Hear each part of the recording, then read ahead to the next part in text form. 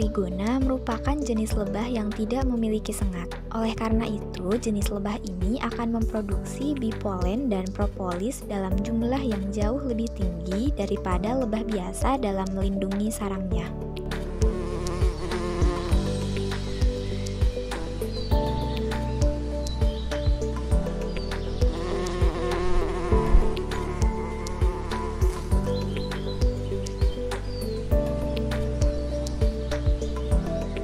Madu kelanceng memiliki segudang manfaat, diantaranya meningkatkan kekebalan tubuh, antibakteri, sebagai obat untuk penyakit gula, jantung, dan stroke. Selain itu, karena madu kelanceng adalah madu yang murni dihasilkan dari nekstar bunga, madu ini tidak akan kadaluarsa.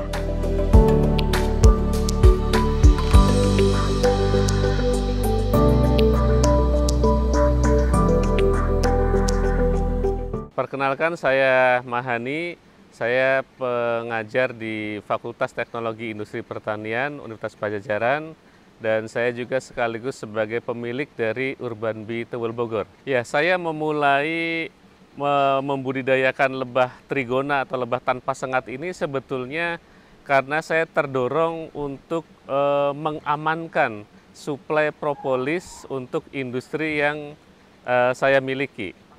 Karena industri propolis ini butuh suplai propolis yang memadai, baik dari sisi kualitas, kuantitas, dan lain sebagainya, maka kemudian saya mencoba untuk mendalami budidaya dan perbanyakan koloni lebah trigona. Karena lebah trigona ini penghasil propolis yang sangat produktif. Kisah saya untuk memulai menekuni budidaya lebah trigona ini sebetulnya diawali oleh kebutuhan saya untuk mendapatkan bahan baku propolis mentah. Karena ternyata sumber propolis yang paling potensial di Indonesia itu dari lebah trigona, maka kemudian pada akhir Oktober 2013 saya kemudian membudidayakan lebah trigona ini. Nah, tujuannya saya ingin mengenal lebih dalam bagaimana budidaya propolisnya. Jadi sebetulnya budidaya lebah trigona ini dalam rangka untuk menjawab bagaimana bisa menghasilkan propolis yang melimpah, yang kontinu, yang kualitasnya terjaga, sebetulnya itu. Nah, itu saya mulai di tahun 2013, sampai sekarang tahun 2022, alhamdulillah masih terus berlangsung. Nah, kemudian dalam perkembangannya saya bukan sekedar budidaya dalam rangka menghasilkan propolis, tetapi lebih jauh sekarang saya sudah mulai mengembangkan bagaimana teknik perbanyakan koloni. Dan beberapa metode atau teknik perbanyakan koloni sudah saya mendapatkan hak cipta. Kita sudah punya metode perbanyakan koloni misalnya dengan metode longsoran, ada metode mutasi kotak, ada metode tukar kotak, dan lain sebagainya. Itu sangat mudah dan simpel. Selain produksi, Urban Bee Tewel juga bertindak sebagai laboratorium lapang untuk mengenal perilaku lebah tanpa sengat, dan juga sebagai media edukasi melalui berbagai program kunjungan. Ya, Bapak Ibu sekalian, ini adalah contoh koloni spesies Tetragonula biroi di tempat kami. Kita bisa lihat di sini ada naungan baraknya. Baraknya kita buat sedemikian rupa yang bisa melindungi koloni supaya tetap nyaman. Bisa melindungi dari perubahan suhu, bisa melindungi dari hujan, dari panas, paparan sinar matahari yang terlalu ekstrim. Itu fungsi dari barak ini. Intinya barak ini kita buat sedemikian rupa supaya mendapatkan lingkungan yang nyaman bagi koloni. Nah, kita lihat kotak-kotaknya seperti ini. Bapak Ibu bisa lihat di sini kotak yang kita adopsi adalah kotak sistem vertikal susun 3. Ini kotaknya terdiri dari 3 bagian, ya. Bapak Ibu bisa lihat ya.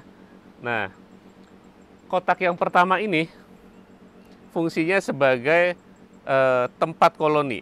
Ini tidak boleh diganggu. Yang pertama. Kotak yang kedua berfungsi sebagai kotak produksi. Ini kotak produksi ya. Kotak produksi ini yang kita panen. Jadi kita hanya lakukan panen pada kotak nomor 2 ini. Yang kita panen tentu madunya, propolisnya, dan kemudian bee pollen. Kemudian ada kotak yang ketiga, yang kecil ini, fungsinya sebagai pengaman, sebagai penutup. Termasuk kita kalau mau ngontrol, mau ngecek apakah layak panen atau tidak, cara ngecek mau panen, pertama kita angkat pakai tangan, kita cek bobotnya. Kalau kita sudah terbiasa, kita akan tahu bobotnya ini sudah layak panen atau belum.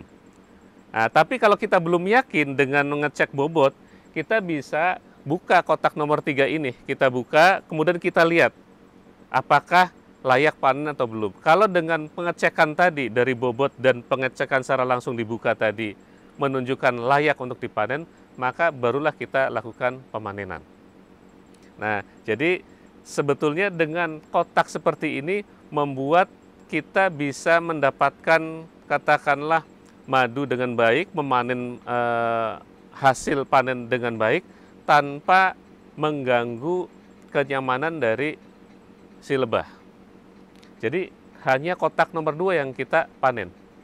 Dan ketika kita panen, ini kotak nomor 2 kita copot. Kita copot, kotak nomor 3 kita tutupkan di sini, di kotak nomor 1. Nah, jadi kotak nomor 2 ini kita bawa ke tempat yang jaraknya di sana ya, sekitar 30 meter dari sini. Kita lakukan di tempat lain panennya. Nah, kotak nomor 1 kan tetap tertinggal di sini, ditutup dengan kotak nomor 3 ya. Jadi si lebah ini tidak terganggu kenyamanannya oleh aktivitas pemanenan kita. Kalau kotak kedua ini di tempat pemanenan sudah selesai panen, kita bawa balik lagi ke sini, kita rangkaikan lagi seperti posisi awal. Jadi itu cara pemanenan yang tidak mengganggu kenyamanan dari koloni lebah. Dan itu juga alasan kenapa kami membuat kotak susun 3 seperti ini. Kita beda-bedakan antara tempat koloni dan kotak produksi. Kalau kotaknya cuma 1, ketika kita lakukan pemanenan itu otomatis akan mengganggu kenyamanan dari koloni. Dan sebetulnya selain kenyamanan bagi si lebah, karena sifat biroi ini agresif, dia ketika terganggu akan menyerang kita, maka kotak 3 susun ini itu juga menyangkut kenyamanan kita. Ketika kita panen, kita tidak akan diganggu oleh si lebah. Nah, ini sifat dari biroi ini saya duduk atau berdiri di samping kotaknya saja sudah membuat mereka agak merasa terganggu. Ini sudah berseliweran dan sebagian sudah mulai ada yang menggigit saya. Karena biroi memang agak agresif. Nah, tetapi di balik agresivitas dari si biroi ini memang produktivitasnya termasuk yang tinggi. Dan itu termasuk yang favorit untuk memproduksi propolis. Itu tentang kotak biroi yang kami miliki. Nah, dari 1 kotak ini biasa kalau kita panen rata-rata dapat 1 kilo madu. 1 kilo madu kemudian dapat sekitar 200 sampai 300 gram propolis per panen. Nah, harganya kalau harga sebagai bahan baku memang harganya murah. Madu biasanya, madu trigona biasanya sebagai bahan baku harganya Rp150.000 per kilo. Tapi kalau sebagai produk itu sudah dikemas, ada labelnya, ada izin edarnya, harganya memang sangat mahal. Harganya berapa ya tergantung dari branding dan positioning produk tersebut.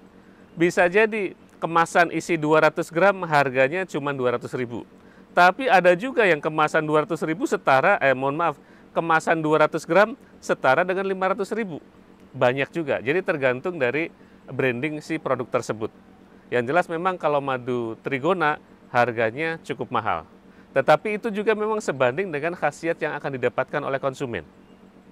Nah, kemudian kapan sih panennya? Berapa bulan sekali panen? Nah, ini yang kadang-kadang bukan kadang-kadang, tapi memang sangat tergantung dari alam. Kalau misalnya cuacanya bagus, cerah terus, 11 minggu kita bisa panen dengan hasil yang tadi. Tapi kalau misalnya sering hujan, Bogor kan sering hujan ini ya, itu memang jadi kendala ketika hujan terus, bisa jadi panen cuma setahun sekali. Atau bahkan kalau lagi apes, nggak panen. malah menyusut gitu karena seringnya hujan. Karena ketika mendung kemudian hujan itu membuat lebah tidak mau keluar, malas keluar, dan cenderung madu yang sudah dikumpulkan, polennya sudah dikumpulkan dimakan. Jadi cadangan makanan itu dimakan lagi oleh mereka. Jadi bukannya kita panen madu, malah justru kadang-kadang kita harus berikan tambahan pakan untuk mencegah punahnya koloni pada kondisi atau situasi seperti itu. Jadi kapan waktu panennya itu memang tergantung dari alam.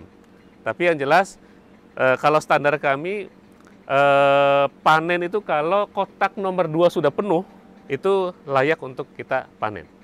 Rata-rata durasinya kalau di tempat kami di Bogor itu panen 2 kali setahun. 2 kali setahun. Untuk daerah-daerah yang curah hujannya lebih rendah, itu biasanya 3 kali 1 tahun. Bahkan kalau kondisi alamnya bagus, cuacanya, hujannya tidak terlalu sering ya, bisa sampai 4 kali setahun bisa panen. Tapi kalau di tempat kami di Bogor rata-rata 2 kali setahun.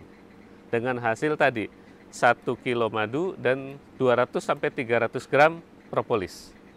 Nah, kalau bipolen sangat sedikit ya, sangat sedikit. Dan selama ini memang kita bipolen belum banyak dimanfaatkan. Hanya terbatas baru madu dan propolisnya. Bagi masyarakat yang tertarik untuk membudidayakan lebah trigona, ada satu tips atau trik sederhana supaya bisa berhasil. Yang pertama, kalau kita mau berhasil budidaya lebah trigona, pastikan tanaman pakannya tersedia terlebih dahulu. Jangan coba-coba mendatangkan koloni kalau lingkungan pakannya belum siap.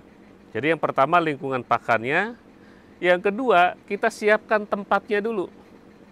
Entah itu barak, entah itu apalah namanya tempat untuk menempatkan koloninya. Nah, baru langkah ketiga kita datangkan koloninya. Maka kalau langkah-langkah ini kita tempuh dengan baik, maka insya Allah budidayanya akan berhasil. Nah, tapi kalau kemudian belum apa-apa sudah mendatangkan koloni, tanaman pakannya belum siap sepenuhnya, kemudian baraknya juga belum ada, penempatannya entah di mana. Nah, siap-siap saja untuk gagal. Nah, itu tips sederhana untuk sukses budidaya lebah trigona. Yang namanya budidaya saya kira pasti akan menghadapi kendala, termasuk hama dan penyakit. Jadi itu satu hal yang alamiah, resiko yang harus kita hadapi. Begitu juga dengan budidaya lebah trigona, meskipun sangat sederhana, sangat mudah, tetap saja kendala hama, kemudian penyakit itu pasti dihadapi. Nah, pengalaman kami dan juga berdasarkan pengalaman para petani trigona, memang yang paling menonjol kalau untuk penyakit itu biasanya jamur. Ketika di musim hujan, kondisi lembab, jamur itu menjadi kendala yang cukup serius. Nah, sehingga sangat penting untuk bisa menempatkan kotak-kotak ini di tempat yang tidak terlalu lembab. Makanya barak ini salah satunya adalah untuk mengontrol kelembaban. Jadi atapnya harus cukup tinggi, sirkulasi udaranya harus bagus supaya kelembabannya tidak terlalu tinggi ketika di musim hujan. Nah, kemudian yang kedua, hamanya. Hama untuk lebah trigona memang cukup banyak. Ada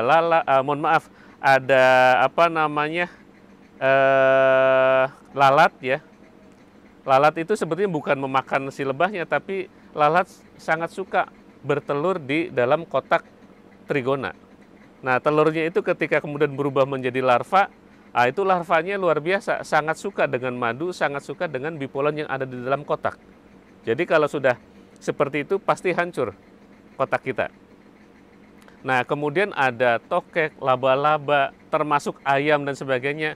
Makanya karena kami ini posisinya budidayanya itu di perkotaan, dan memang tetangga-tetangga kami juga banyak yang pelihara ayam, ini kami buat raknya itu cukup tinggi. Ini sekitar hampir 1,2 meter nih tinggi dari tanah.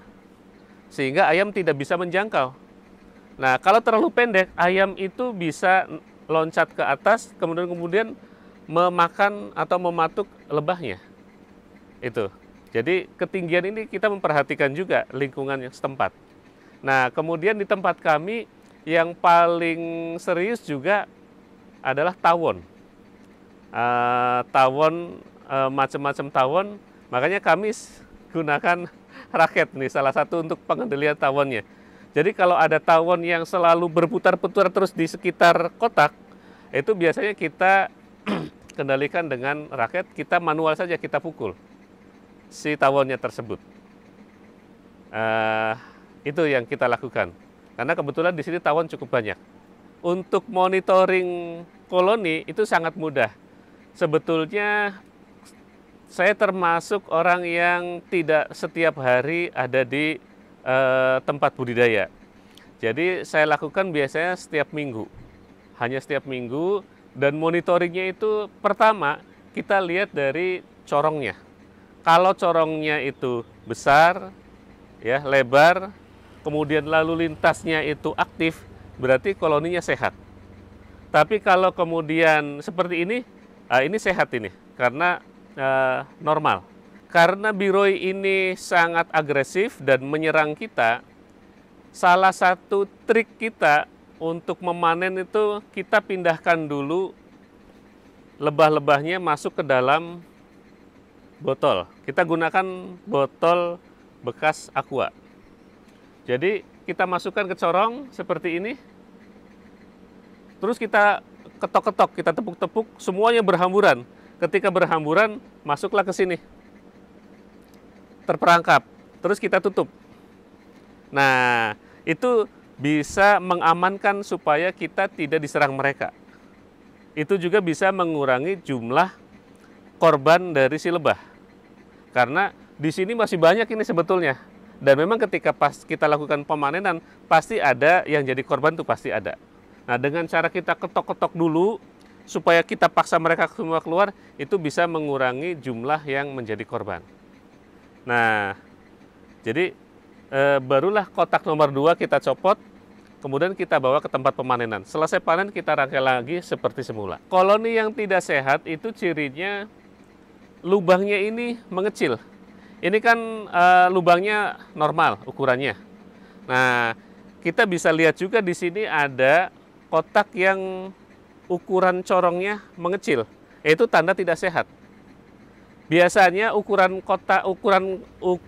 corong yang mengecil itu bisa disebabkan karena ada gangguan dari predator atau kompetitor. Kalau terlalu sering diteror oleh predator, salah satu pertahanan mereka adalah memperkecil pintu corongnya. Nah, itu berarti kurang sehat. Nah, kemudian yang kedua, selain dari ukuran corong yang mengecil, biasanya lalu lintasnya berkurang, sangat jarang. Nah, itu berarti memang koloninya tidak sehat. Nah, kemudian kita bisa cek melalui kotak nomor 3, kita buka ya. Kalau di sana ada jamur dan sebagainya, berarti memang ini koloninya sedang tidak sehat. Untuk keunggulan dari lebah trigona ini, pertama, budidayanya tidak membutuhkan perhatian yang intensif. Jadi bisa kita jadikan sebagai kegiatan sampingan di samping kegiatan utama kita. Kita bisa jadi sebagai karyawan swasta, sebagai PNS, atau kita punya usaha apa. Nah, ini sampingannya saja. Nah, kedua, keunggulan dari lebah trigona ini harga produknya memang mahal. Dan yang ketiga, memang hasil propolisnya lebih banyak dibanding lebah spesies lain. Dan harga propolis itu luar biasa sangat mahal. Dan yang keempat, kelebihan atau keunggulan dari lebah trigona ini, hama dan penyakitnya cenderung lebih sederhana dibandingkan lebah Apis mellifera. Saya kira itu 4 keunggulan dari budidaya lebah trigona atau lebah tanpa sengat. Ya, dari budidaya lebah tanpa sengat ini, kalau untuk saya memang 1 bulan kita bisa rata-rata menjual sekitar 300 kilo madu ya. Kemudian kalau untuk propolis juga sama, sekitar 300-an kilo propolis cair. Jadi kalau propolis saya 300 kilo dikonversikan menjadi jumlah botol, ya lumayan lah gitu. Ya yang jelas omsetnya sangat menjanjikan lah. Saya sendiri sebagai PNS, sebagai dosen, ya pendapatan saya dari bisnis lebah tanpa sengat ini jauh lebih menjanjikan dibandingkan pendapatan saya dari dosen. Kemudian untuk prospek pasar produk lebah trigona ini saya kira sekarang sangat-sangat prospektif dan sangat tumbuh pesat ya. Permintaannya sangat pesat karena memang madu dan propolis dari lebah tanpa sengat ini khasiatnya memang terasa berbeda. Karena secara saintifik juga memang dibuktikan kadar total fenolnya, flavonoid dan lain sebagainya cenderung lebih tinggi dibandingkan dari lebah bersengat. Nah, karena khasiatnya lebih terasa, memang masyarakat juga berani untuk menghargai lebih mahal. Dan saya kira memang sangat prospek. Sampai saat ini memang permintaan produk dari lebah tanpa sengat terus meningkat. Terakhir, saya kira untuk masyarakat umum, lebah tanpa sengat ini kan satu contoh yang ideal sebagai green economy. Jadi kalau kita budidaya lebah tanpa sengat, maka efeknya itu dua. Yang pertama adalah menghasilkan secara ekonomi, yang kedua berdampak sangat positif bagi kelestarian lingkungan. Jadi saya pikir bahwa ekonomi perlebahan, khususnya lebah tanpa sengat, apalagi lebah tanpa sengat ini cenderung multiflora, membutuhkan beragam vegetasi, itu saya kira sangat bagus untuk meningkatkan kualitas lingkungan.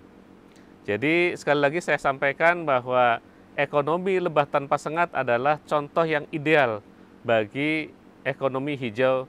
Jadi saya kira Indonesia sangat penting untuk terus kita kembangkan perekonomian berbasis lebah tanpa sengat ini.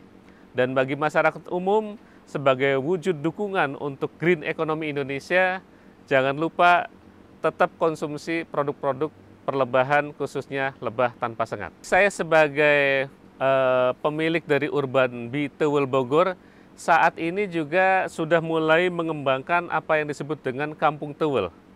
Kampung Teuwel ini bukan hanya saya, bukan hanya kami, tetapi juga sudah melibatkan warga sekitar, khususnya di RT 5. Jadi di rumah-rumah warga sudah mulai banyak dipelihara lebah tanpa sengat ini. Jadi skemanya warga kami dorong untuk menanam berbagai macam bunga-bungaan dan berbagai tanaman sumber pakan. Setelah sumber pakannya memadai, barulah kemudian kita berikan pinjaman koloni 1 kotak. Nah, warga akan mengembalikannya dalam bentuk anakannya. Ada anakan 1, kami tarik, sudah selesai. Kemudian yang kedua, bisa dari hasil panen madu. Panen madu 2 kali kita anggap lunas. Atau yang ketiga, kalau tidak ada anakan maupun hasil panen yang dipanen, maka terakhir warga memang terpaksa harus bayar senilai 1 juta untuk per kotaknya koloni. Tapi bagi warga ini memang biasanya kalau tanaman pakannya betul-betul sudah memadai, biasanya pasti akan terbayar dengan 1 anakan atau 2 kali panen madu. Jadi sekarang lebah tanpa sengat ini sebetulnya tidak hanya bisa dibudidayakan di hutan atau di masyarakat sekitar hutan, tapi juga sudah sangat bisa dibudidayakan di perkotaan. Di tempat kami di sini, di Kota Bogor, sudah bisa membuktikan bahwa memang lebah tanpa sengat produktif, berhasil baik dibudidayakan di perkotaan. Makanya kami sebut sebagai Urban Bee Teuwel Bogor.